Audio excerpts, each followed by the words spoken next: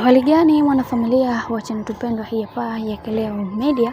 Kama ndo mara kwa kwanza basi usisahau kusubscribe, kulike, kushare pamoja na kucomment. Bwana, mambo mazito ambayo yanayoendelea kutokea kwa kipindi hiki ni baada ya kuweza kuona bwana mkubwa Diamond Platnumz pamoja na bibie Zuchu kuweza kunyoa vipara, jambo ambalo limewashangaza watu wengi, na wengi wao wakasema kwamba jamani, kuna vitu gani ambavyo vinavyoendelea na kuna kitu gani ambacho kilichowafanya ambacho hawa watu wameweza kufanya maamuzi magumu kama haya ya kuweza kuondoa nywele zao za kichwani.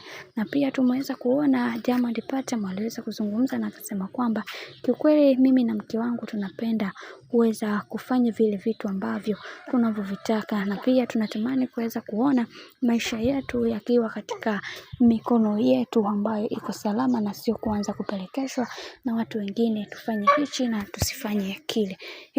Hilo jambo kwa upande wetu halipo kabisa. Tunahitaji kuweza kuwa na misingi imara na misimamo iliyo mema katika kila hatua ya maisha yetu, ili kuweza kufikia malengo tuliweza kujiwekea katika maisha yetu, kwa sababu hatutaki kuweza kuongozwa na mitandao ya kijamii, hatutaki kuweza kuongozwa na kitu chochote kile, na hichi ndio kitu pekee ambacho kipo katika maisha yetu. Uamuzi wa sisi kuweza kunyoa vipara mtakuja kujua ni kwa nini haya yote tumeweza kuyafanya, na pia tunatamani kuweza kuona maisha yetu yakiwa katika mikakati iliyo bora, na hicho ndio kitu pekee tunatamani kuweza kutambua na kuweza kuelewa katika kila kitu, na tunaamini katika haya yote ambayo yanayoendelea Mungu atasimama na kila mtu na ataweza kutambua thamani zake katika kila hatua ambayo watu wamekuwa wakipitia. Na mimi binafsi niko hapa kuweza kutatua hili tatizo ambalo lipo katikati yao, na kuna vitu vingi